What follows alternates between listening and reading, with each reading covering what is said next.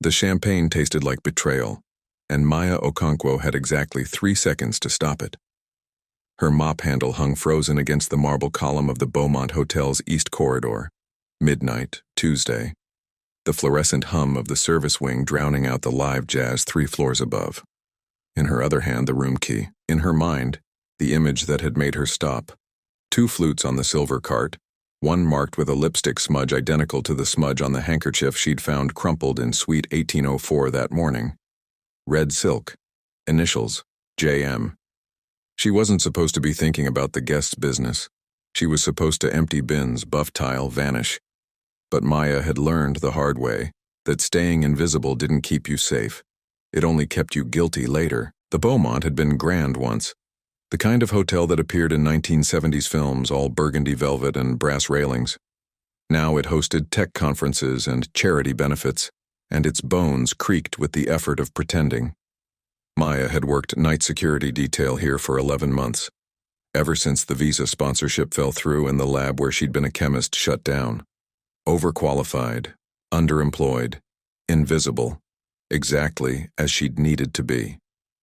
The ballroom was 2 stories above. She could feel the bass line vibrating through her skull, the particular silence of money trying not to look desperate.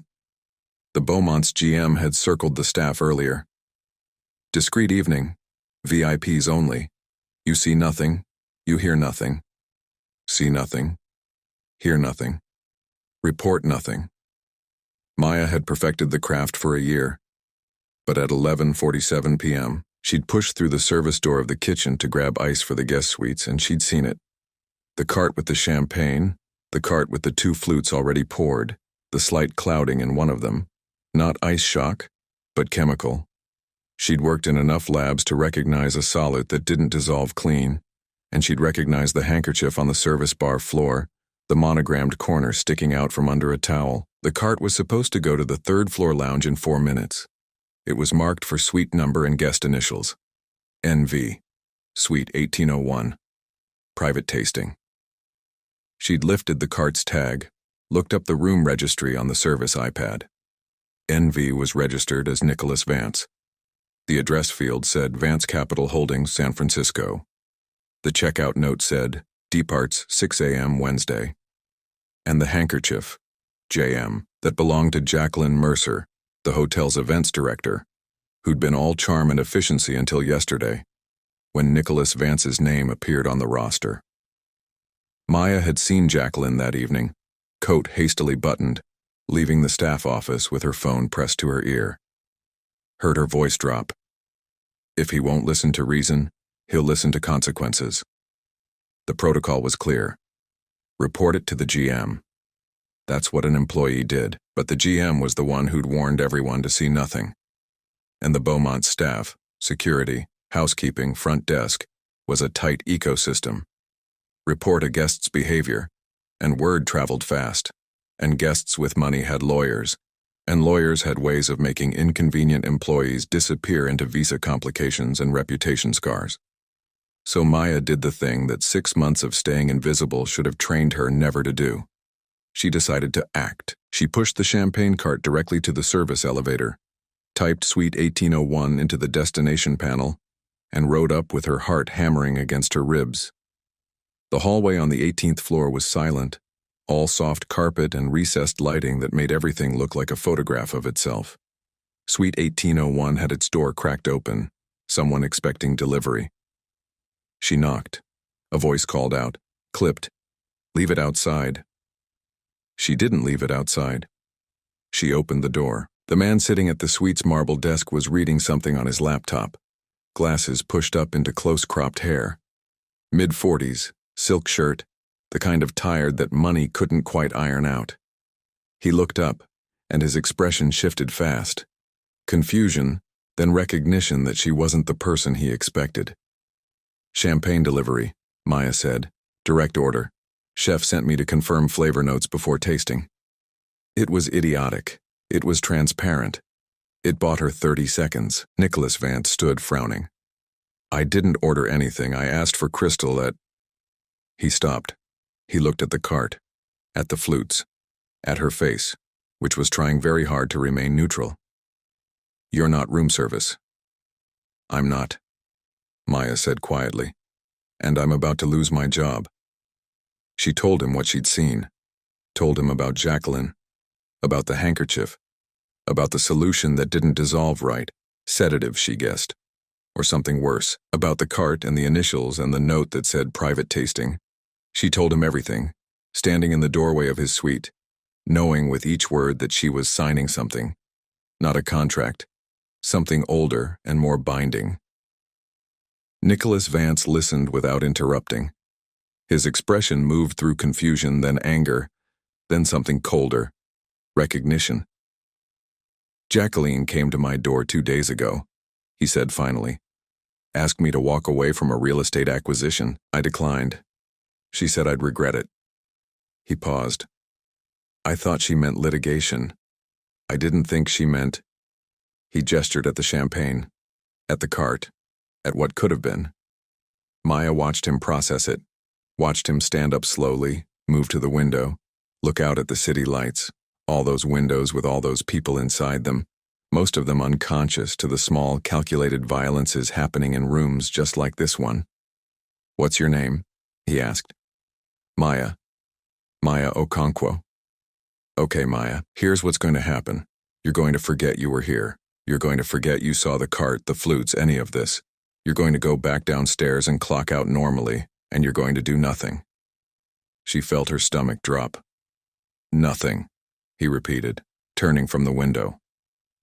Because if you report this to the GM or the police or anyone, then Jacqueline gets a good lawyer, and the story becomes bitter employee, immigration status, credibility problems, fantasy, your word against hers, your visa status against her connections. He wasn't being cruel about it. That was somehow worse. But, he continued, if you report it to me directly, and I handle it, then I have an actual threat to press charges on. Documentation. A witness I trust. And Jacqueline doesn't get to rewrite the story. What do you want from me? Maya asked. For tonight, your silence. Tomorrow we'll see. She left the cart. She left the suite. She rode the service elevator down with her hands shaking and her visa papers practically burning in her jacket pocket. She didn't leave the Beaumont. At 1:30 a.m., she found herself outside Suite 1801 again, this time with Nicholas Vance and the head of hotel security and 2 SFPD detectives and the assistant manager, who was pale as chalk. The champagne cart was photographed, logged, tested. The flutes showed traces of a benzodiazepine, prescription grade, probably lifted from the medicine cabinet of someone at the hotel. The handkerchief was bagged as evidence. Jacqueline Mercer was arrested at 3:47 a.m., leaving the hotel through the employee exit, a small suitcase in hand, her expression caught between rage and calculation. Nicholas Vance watched the SFPD lead her to the car, then turned to Maya. You could have walked away, he said. Most people do. Most people don't work in chemistry, Maya replied. You learn early that small reactions compound. Miss one, and the whole system fails. He smiled. A real one, not a polite one. What's your legal status? Expired work visa. I'm in the process of... I'll call my lawyer this morning, full sponsorship. We'll fix it. For a moment, Maya thought she'd misheard him. I'm sorry? You saved my life tonight, literally. Drugging a CEO is federal, apparently. Multiple charges. He paused. What was it you did? Before the Beaumont? Biochemistry, research, nothing glamorous. Glamorous is overrated, Nicholas said. Come to my office tomorrow, 9 a.m. We'll talk about something real. The Vance Capital Holdings office occupied 3 floors of a glass building in Soma, the kind of place where the espresso machine cost more than Maya's monthly rent. Nicholas's assistant, a woman named Preya with surgical efficiency and kind eyes, sat her at a corner desk with a laptop, a security badge that said Consultant, Limited Access, and a cup of coffee that actually tasted like coffee. First week is observation, Preya explained, setting a stack of files in front of her. You're here to audit the due diligence on environmental impact assessments. Nicholas wants a biochemist's eye on their claims. Tell me if anything looks wrong. What looked wrong was immediate. The EIA reports for a $500 million development in the Bay Area's wetlands were, politely, fabricated. Not obviously, they were careful with their fraud, but careful fraud was still fraud. Water quality metrics were fudged by recalibration. Soil samples were taken from outside the contaminated zones. The consulting firm that had signed off on them had a 30% ownership stake in the development company. Maya spent 48 hours building a spreadsheet of discrepancies. She color-coded it.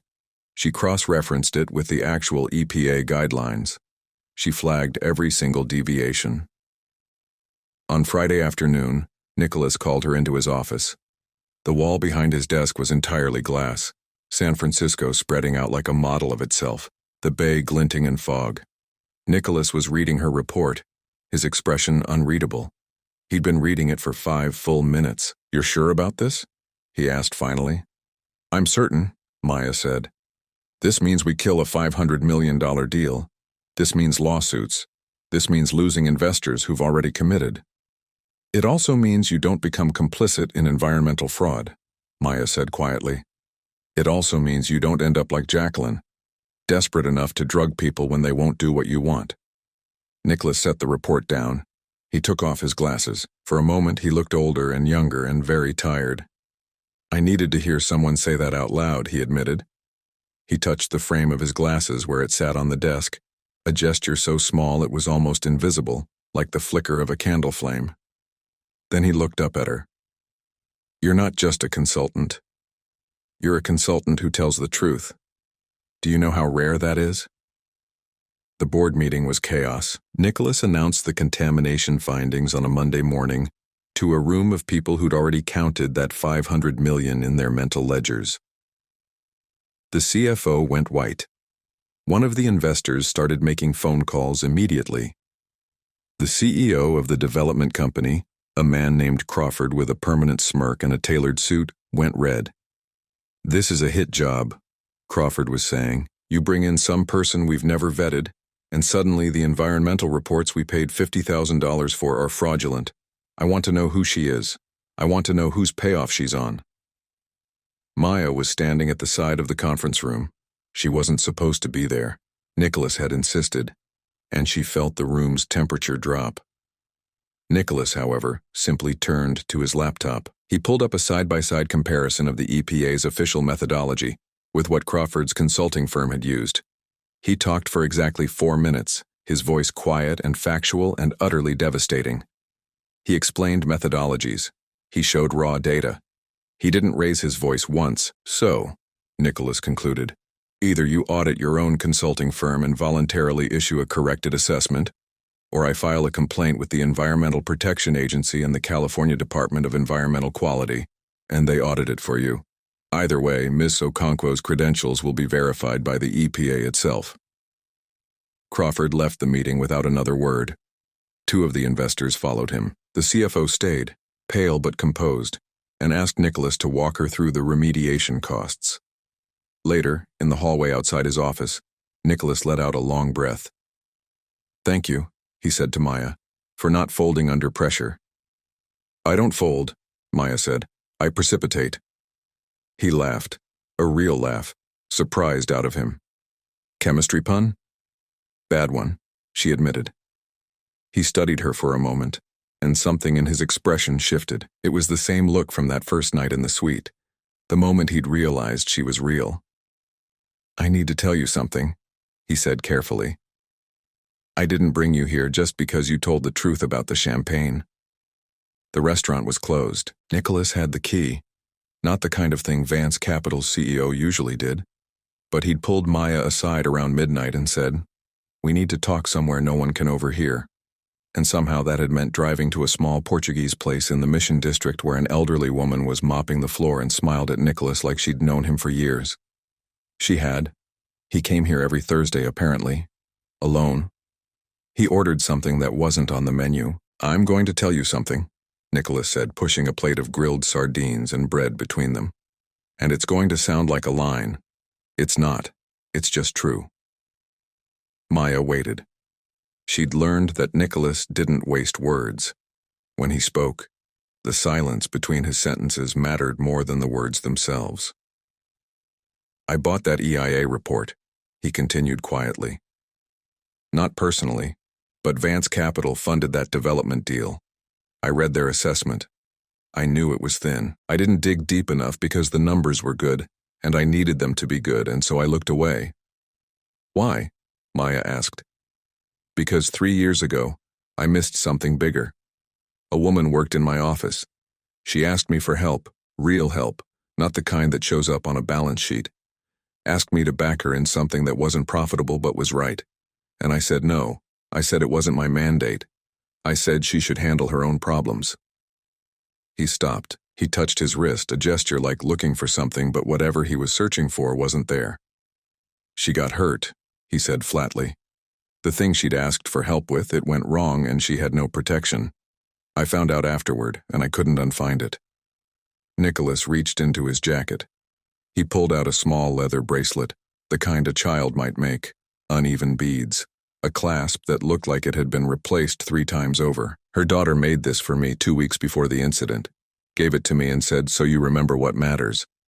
I haven't taken it off since. He set it on the table between them. The beads were worn smooth, loved smooth, the kind of smooth that comes from a hand touching something over and over, because touching it means thinking, and thinking means remembering. "That's why you brought me here," Maya said. Not a question. "That's why I brought you here," Nicholas confirmed, "because you reminded me what matters, and because I need to know. If I help you now, if I sponsor your visa, if I make sure you're protected and visible and real in this country, are you the kind of person who stays? Who doesn't fold when it gets complicated?" "I don't fold," Maya said again, "but I also don't know what you're asking." "Yes, you do," Nicholas said quietly. "You're too smart to pretend otherwise." The visa sponsorship went through in 14 days. The paperwork came by courier to Maya's apartment, a 1-bedroom in the outer sunset that smelled like other people's cooking and had water stains on the ceiling that looked like a map of Croatia. She opened the folder with hands that weren't entirely steady. Everything was there. Not just the visa sponsorship, but a permanent position offer with Vance Capital as senior environmental consultant, a salary that was more money than she'd earned in 3 years, health insurance, a 401k, and a personal note on Nicholas's letterhead that said, "Welcome home. NV." She called him immediately. "Is this real?" she asked. "All of it," he said. "There's one condition, though." Her stomach dropped. "What?" "You have dinner with me. This Friday. Not at the restaurant. Somewhere public. Somewhere that isn't work." She said yes before she'd decided to. The restaurant he chose was called Compass. White tablecloths, soft lighting, the kind of place where people watched each other without meaning to. Nicholas was already there when she arrived, wearing a charcoal suit that probably cost more than her old monthly rent, but there was something gentler about him now. The bracelet was visible on his left wrist, the beads catching the candlelight. A photographer who was eating 2 tables over, independent journalist probably, the kind who haunted high-end restaurants, aimed his camera at them exactly once. Nicholas didn't move away. He let the photograph happen. "I'm done hiding," he said simply. "Are you?" The photograph appeared in the Chronicle Society section on Saturday morning. Vance Capital CEO steps out. New consultant, mystery woman. By Monday, it had spread. Tech gossip sites picked it up. Someone from Maya's old visa cohort saw it and tagged her on a WhatsApp group. The comment sections filled with speculation. Gold digger, employee romance, visa marriage, the usual arithmetic of cynicism. But the real complication came from Crawford, the development company CEO. His lawyer filed a motion on Tuesday, alleging that Maya's environmental assessment was conducted under conflict of interest, that she'd been hired after a personal relationship was established, that her credibility was compromised by her romantic involvement with the plaintiff. The motion demanded her audit be thrown out and the EIA assessment reinstated. It was clever. It was also partially true. Nicholas called her into his office that afternoon. "We can fight this," he said immediately. "My lawyers say it's weak, but it means discovery." It means they'll pull our messages, our dinner reservation, the photographer's timestamp on that image. 2:47 p.m., Saturday, the compass. Everything gets written into a legal record. And, Maya asked, and you lose privacy. Everything you do, everything we do, becomes evidence in a motion, and there's a chance, a small one but real, that a judge agrees the conflict of interest argument, and your assessment gets questioned even if the findings are right. Maya felt something crystallize inside her, not fear, but clarity. This was the moment where the easy choice and the right choice split into different paths. Separate us, she said. What? Officially, I resign from Vance Capital. I start my own consulting firm. I issue the EIA assessment under an independent seal. The conflict of interest disappears because the relationship is real, but the professional overlap isn't. Maya. It's the right play, she said. It's also the thing that proves we're not what they're saying. The email arrived at 9:47 a.m. on Wednesday. From HR Vance Capital. Subject, separation of employment. Staff conduct. Discussion date, WD, 9:47 a.m. Maya, per your request, your employment with Vance Capital Holdings has been terminated effective immediately. Your final paycheck, including accrued PTO, will be deposited Friday. Please return all equipment and badges to the front desk by 5 p.m. today. A formal exit interview is scheduled for Thursday at 10 a.m. with HR. This is mandatory per company policy. It was professional. It was also a burial. By noon, the story had shifted online. Vance Capital consultant fired after environmental assessment fails legal scrutiny. Source: the assessment was politically motivated. The consultant was hired as a romantic favor. She didn't know where the quote came from. It didn't matter. The damage was already calculated, already distributed across websites and Reddit threads, and the mental architecture of people who'd never met her and never would. Maya's phone buzzed. A message from Preya. Are you okay? This is insane. NV is fighting it, but the board is... The message cut off. Another message, from an unknown number. Saw the news. If you need an immigration lawyer, I know someone, not charity, professional. Okonkwo Community, Portland. She closed her phone. That night she sat in her apartment with the visa papers on the table, and the leather bracelet Nicholas had given her sitting beside them. He'd left it with her that last day at the office, a gesture so quiet she'd almost missed it, and she asked herself the question that had no good answer. What was worth more, protecting what you'd just found, or protecting what you knew was right? The evidence arrived methodically, like a chemical reaction completing itself stage by stage. First, the physical proof.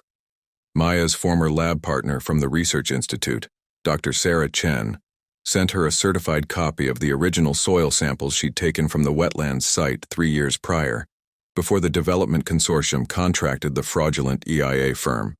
Timestamps embedded in the photograph metadata. June 14, 2021, 2:34 p.m., GPS coordinates pinpointing the exact contamination zone. The report included her signature and the university's official seal. It was identical to what Crawford's firm should have found. Second, the neutral witness. The photographer from the Chronicle came forward on his own. His name was Marcus Webb, and he'd been eating at the Compass not for the gossip, but because his daughter had worked there as a server until she left for a better job.